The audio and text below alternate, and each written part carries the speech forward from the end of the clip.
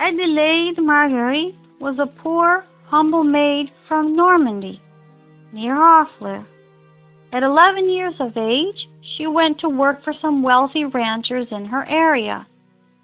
Some years later, the Seine flooded and carried off and drowned all their animals. Other misfortunes followed, and the girl's employers fell into poverty.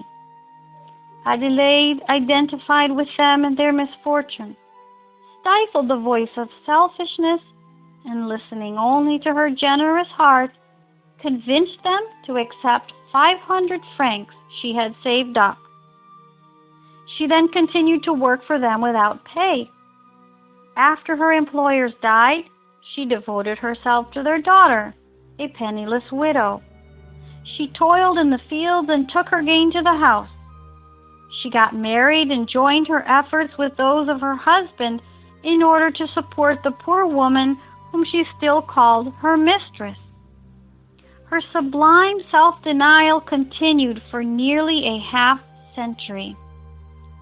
The Society of Emulation at Rouen did not forget this woman, so worthy of respect and admiration, and awarded her an honorary medal and some financial compensation.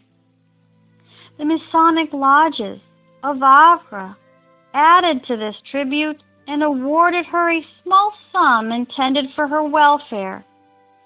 Finally, the town administration also provided for her in a discreet way, sparing her any susceptibility. An attack of palsy took this beneficent being from the earth suddenly and painlessly. The final respects paid to her memory were simple yet decent. The municipal secretary led the funeral procession. Parisian Society, December 27, 1861. Evocation. We pray to Almighty God to allow the spirit of Marguerite Gosse to communicate with us. Yes, God has kindly granted me such a grace. We consider ourselves fortunate to be able to express our admiration for your conduct during your earthly existence, and we hope that your self-denial has earned you recompense. Yes, God has been good and merciful toward this servant. Everything I did and which seems praiseworthy to you was completely natural. For our instruction, could you tell us the cause behind your humble condition while on earth? For 2 successive existences, I occupied a high-level position. It was easy for me to practice the good without sacrifice because I was rich. However, it seemed that I was evolving too slowly, and that is why I asked to return in a more humble condition in which I would have to struggle with privation. I prepared myself for a long time. God upheld my courage, and so I was able to reach my intended goal thanks to the spiritual assistance He gave me. Have you seen your former employers? Please tell us what your position is in relation to them, and if you still consider yourself as their subordinate. Yes, I have seen them. They were present when I arrived here. I must humbly confess that they consider me superior to themselves.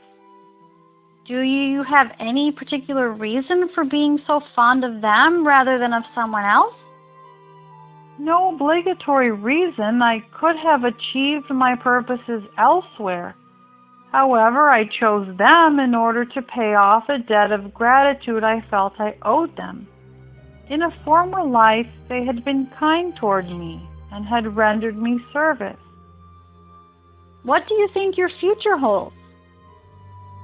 I hope to reincarnate on a world where pain is unknown. You might think me quite presumptuous, but I am speaking to you from the readiness of my character. Furthermore, I submit myself to God's will. We thank you for having answered our evocation. We have no doubt that God will give you His blessings. Thank you. May God also bless you, and when you die, may you all experience the pure bliss that has been granted to me.